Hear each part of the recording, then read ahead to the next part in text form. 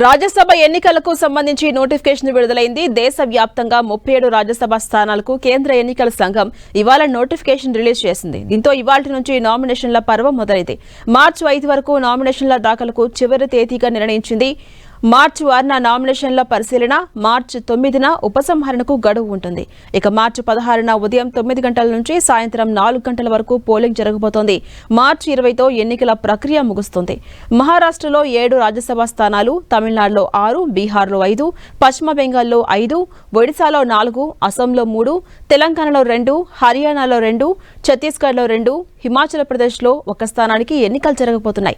మహారాష్ట్రలో శరద్ పవార్, ప్రియాంక చతుర్వేది, రామ్దాస్ అథవాలే, ఇక తమిళనాడులో తిరుచి శివ, పశ్చిమ బెంగాల్లో సాకేత్ గోఖలే వంటి కీలక నేత పదవీ కాలం ఈసారి ముగియబోతుంది.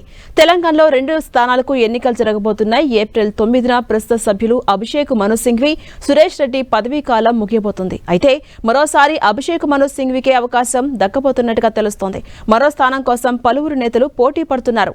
ఇక 2వ సీటు ఎవరికివ్వాలి అన్న దానిపై కాంగ్రెస్ తర్జన భర్జన పడుతోంది.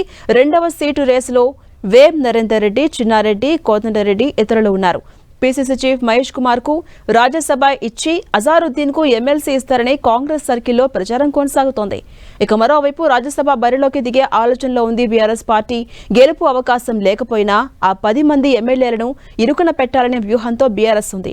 రాజ్యసభ ఎన్నికల్లో రాజకీయ పార్టీలు విప్ ఇవ్వబోతున్నాయి. పార్టీ ఫిరాయింపులకు పాల్పడినట్లు ఆరోపణలున్న 10 మంది ఎమ్మెల్యేలకు విప్ ఇవ్వాలన్న యోచనలో ఉంది బీఆర్ఎస్. రాజ్యసభ ఎన్నికల్లో ఓటు ఎవరికి వేశారో పార్టీ ఏజెంట్కు చూపించాలన్న నిబంధన కూడా ఉంది.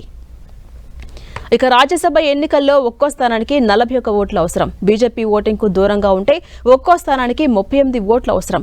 కాంగ్రెస్ కు సిపిఐ మద్దతు 67 ఓట్లు ఉన్నాయి. ఎంఐఎం సపోర్ట్ ఇస్తే కాంగ్రెస్ ఓట్లు 74కు చేరబోతున్నాయి. ఒక స్థానాన్ని నేరుగా, 2వ స్థానాన్ని 2వ ప్రాధాన్యత ఓట్లతో గెలుస్తామన్న ధీమాతో కాంగ్రెస్ ఉంది.